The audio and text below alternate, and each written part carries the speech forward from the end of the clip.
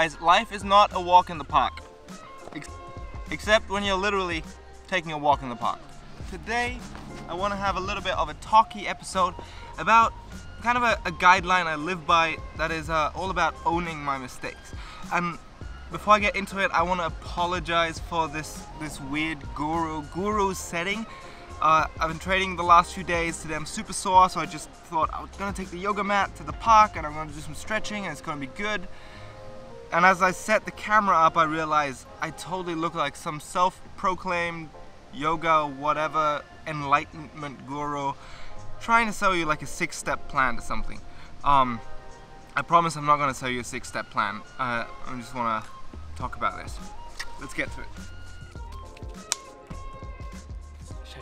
Today I want to talk to you guys about owning your flaws, and by flaws I don't mean the pimple on your forehead or the weird scar on your cheek that makes you look different. I want to talk about the flaws that we can change and that we can affect, and particularly the very small things. I know for myself, I'm always messy, I'm always late, I suck at responding to people, I always have a message in my inbox that I should have gotten back to 2 weeks ago, and there's just these small things that I know make life for people around me just slightly more uncomfortable, and I always think I have to iron those out, I have to improve those, and I think that's extremely important because I see that the people that I admire, the people that I want to surround myself with, well, usually they have very low tolerance for bullshit, and all that stuff.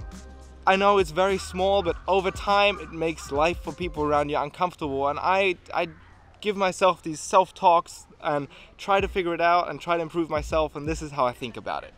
And a little disclaimer, I know we're all different. I know some things are easier, some things are more difficult for everybody. Being on time, eating healthy, working out, highly dependent on who you are, who you were raised, probably affected by genetics and talent. However, when I approach life, I pretend that none of that exists. I pretty much look at other people and I tell myself, if that person can do it, then I can do it too. And yeah, that I know is probably far from reality because we are all different, but I think it's highly practical to pretend that I can change and affect and design every aspect of myself that I think is changeable. Of course, I can't make myself taller or change the way I look or who I am or my past, but I can design who I want to be. And I just pretend, yeah, I can change everything about myself. And I think it's important to say that because I hear so many people say, I was just raised that way, I'm just messy, that's just the way I am, I'm just a forgetful person, there's nothing I can do about it, it's genetics, it's my parents, it's my household, it's my environment. If you're one of those people who's like, if something bad happens to you and it's never your fault, then I feel like you should have a good look around yourself, because usually if something bad happens to me, it is my fault. Yes, of course, maybe somebody did something bad to me, but I surrounded myself with that person in the first place, and if I think about it, usually I could have prevented it. And that's the same for a lot of those situations where, oh, I missed the bus, it's not my fault that I'm late. Bro, is this the first time somebody missed the bus? This is something that could have happened. Just leave fucking so you can miss a bus and you'll still be on time if it's an important thing you want to go to. So yeah, I think it's extremely important that, yes, bad things happen, but usually it's your fault if they happen to you. And look, if there's something messed up with you, it is probably someone else's fault. Like, the cause probably came from your parents never showed you, or they showed you the wrong way, or they did something bad to you when you were too young to know better, and now it just kind of messed you up in a weird way, or your friends or your surrounding, or you just happen to be in a bad situation, and bad habits and bad things happen to you and they do shape you. And I think for all the things that we do wrong that we're not aware of, I don't really want to fault the person, because if you don't know, you don't know. However, as soon as I kind of uncover a flaw, and as soon as I realize I'm doing something wrong, I make myself accountable from that point on. Let me give you an example. Say for the past 5 years you've been absolutely eating terribly, McDonald's every day, not been working out, and maybe you just never knew that's what you're supposed to do. Maybe your parents never showed you, maybe you gym teacher in school gave you the absolute worst advice ever and said cheeseburgers are the best thing for your fitness, and then one day you find out that was not the truth. And that is, like, in that situation, I don't want you to get mad at yourself. What happened happened, and if you didn't know, you didn't know. Yes, it sucks, and there's a lot of wasted potential, but nothing you can do about it. However, like, and you can blame people for doing that for you.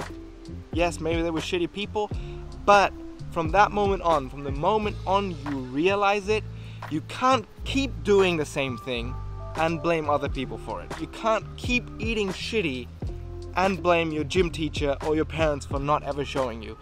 The moment I realize a flaw, if I keep doing it, the responsibility has to be on me. And that way I try to prevent myself from ever saying that's just the way I am, that's just the way I was raised. As soon as I realize the flaw, as soon as I say that, hello bird, I automatically lose permission to say that, because now it is my own responsibility to be better.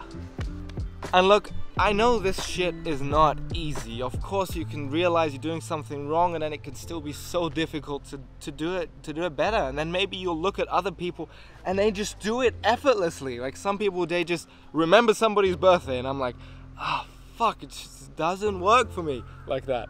And that is where, even if you are built a certain way, you have to design your environment to kind of cover up your shortcomings, all right? To find a way to build a crutch for you to still reach the things in life that you want to reach.